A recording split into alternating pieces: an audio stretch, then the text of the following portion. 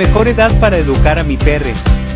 Esto es a partir de las 8 semanas, ya que de los 2 a los 4 meses pasan por un periodo que llamamos ensino, en el que todas las experiencias que vivan en ese tiempo ven a determinar cómo va a ser de adulto.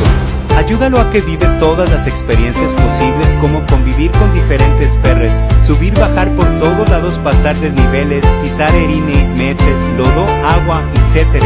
Es por eso que algunos perres de adultos son muy inestables, ya que no tuvieron esa experiencia. Ahora ya lo sabes.